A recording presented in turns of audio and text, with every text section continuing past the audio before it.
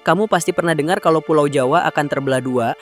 Pulau Jawa sering disebut akan terbelah karena munculnya retakan panjang, amblesan tanah, dan gempa di berbagai daerah. Jawa berada pada wilayah bumi yang terus bergerak sehingga perubahan permukaan tanah merupakan hal yang normal. Itulah sebabnya beberapa daerah seperti Brebes, Bandung, dan pesisir selatan sering mengalami retakan dan amblesan. Menurut para ahli, semua kejadian ini bukan tanda bahwa Pulau Jawa benar-benar akan pecah, melainkan bagian dari dinamika alam di kawasan yang aktif.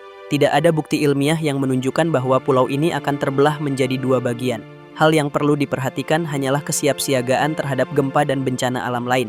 Di luar penjelasan ilmiah, masyarakat Jawa memiliki sudut pandang yang berasal dari tradisi lama. Salah satu cerita yang sering dikaitkan adalah kisah Sabdo Palon, tokoh spiritual pada masa Majapahit. Dalam tradisi lisan, Sabdo Palon dipercaya meninggalkan janji bahwa ia akan kembali ketika Nusantara memasuki masa ketidakseimbangan. Sebagian orang menafsirkan istilah Jawa terbelah bukan sebagai kejadian fisik, melainkan simbol dari keadaan yang tidak harmonis, seperti kerusakan alam, konflik sosial, atau bencana besar. Ketika terjadi retakan tanah atau gempa kuat, sebagian masyarakat menghubungkannya dengan cerita Sabdo Palon. Bukan sebagai ramalan literal, tetapi sebagai cara membaca tanda-tanda alam berdasarkan kepercayaan turun-temurun.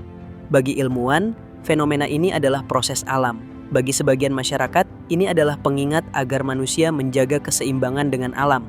Dari dua sudut pandang inilah misteri tentang Jawa terbelah muncul. Penjelasan ilmiah melihatnya sebagai dinamika bumi yang wajar, sementara tradisi melihatnya sebagai simbol keseimbangan yang terganggu. Keduanya menjadi bagian dari cara masyarakat memahami pulau yang mereka tinggali. Ikuti Lika-Liku Lampau untuk cerita unik lainnya.